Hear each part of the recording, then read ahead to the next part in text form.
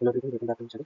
Question one इन एरियन team में पूछा गया। आइए इस क्वेश्चन को सॉल्व करते हैं। ये कहता है कि two disks are rotating around the axis normal to the disk and passing to the center of the disk. Disk 1 has 2 kg mass and 0.2 and radius and initial angular velocity of 50 rad. मतलब क्या पहले ही आप इसको figure बना के देखो। फिर figure बनाएंगे तो ये हो गया आपका डिस्क 1, ठीक है, और ये हो गया डिस्क 2, ठीक है। तो अब क्या बोल रहा है कि डिस्क 1 का जो मास है, ठीक है, वो है 2 kg और इसका जो रेडियस है वो 0.2 मीटर। ये अपने इस एक्सिस के अबाउट रिवॉल्व कर रहा है, ठीक है।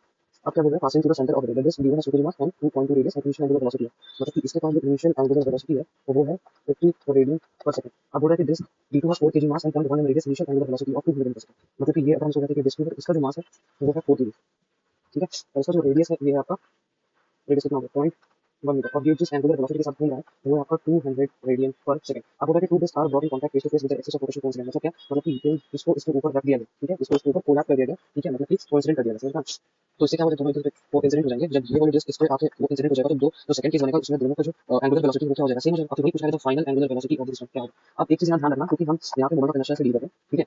तो ये जो डिस्क है, ठीक है, ये एक डिस्क है, हमेशा रखना आप इसको रिंग में समझ लेंगे, क्या बोला इसको रिंग में समझ लेंगे, ठीक है। तो इसका moment of inertia about geometrical axis, मतलब कि डिस्क का मोमेंट ऑफ इनर्शिया अबाउट जी, ज्योमेट्रिकल एक्सिस के अबाउट कितना होगा, डिस्क हो जाएगा mr² 2। अब इसको सॉल्व कीजिए तो क्या हो जाएगा, 2.2 का स्क्वायर बाई 2 इसे कट गया तो कितना हो गया, 2 into 10 to the power minus 1 2 कर दीजिए, कितना हो गया, 4 10 to the power minus 2, मतलब कि 0.04।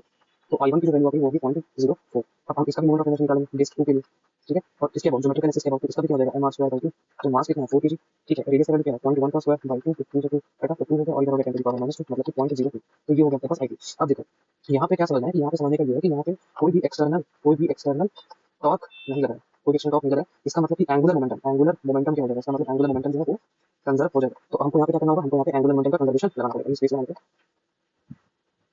ये थोड़ा सा शिफ्ट कर देते हैं, हाँ। तो अब क्या बोल रहे हैं कि अपन लोग को एंगुलर मोमेंटम का कंजर्वेशन लगाना पड़ेगा, तो ये लगाते हैं। तो L initial is equal to L final, और angular momentum is equal to क्या होता है, I ओमेगा, ठीक है। तो I1 और शुरू में क्या था, I1 omega 1 plus I2 omega 2, फिर I1 ओमेगा f, क्योंकि जब दोनों एक दूसरे के ऊपर को इंसिडेंट को ओवरलैप हो जाएगा तो दोनों एक ही एंगुलर वेलोसिटी के साथ घूमेगा। क्या होगा, एक ही एंगुलर वेलोसिटी घूमेगा, ओमेगा प्लस I2 ओमेगा। तो यहाँ पे क्या हो गया, वैल्यू पुट करो, I1 की वैल्यू क्या थी 0.04, तो 0.04 और ओमेगा की वैल्यू क्या है, ओमेगा 1 की वैल्यू ओमेगा 1 50 है, यहाँ पे पुट करो। यहाँ पे क्या आया था 0.02, I2 की वैल्यू ओमेगा की वैल्यू क्या थी, ओमेगा 200 थी, तो 200 यहाँ पुट कर दो, ठीक है। अब ओमेगा फाइनल यहाँ से कॉमन आएगा तो यहाँ पे आ जाएगा 0.04 प्लस 0.02।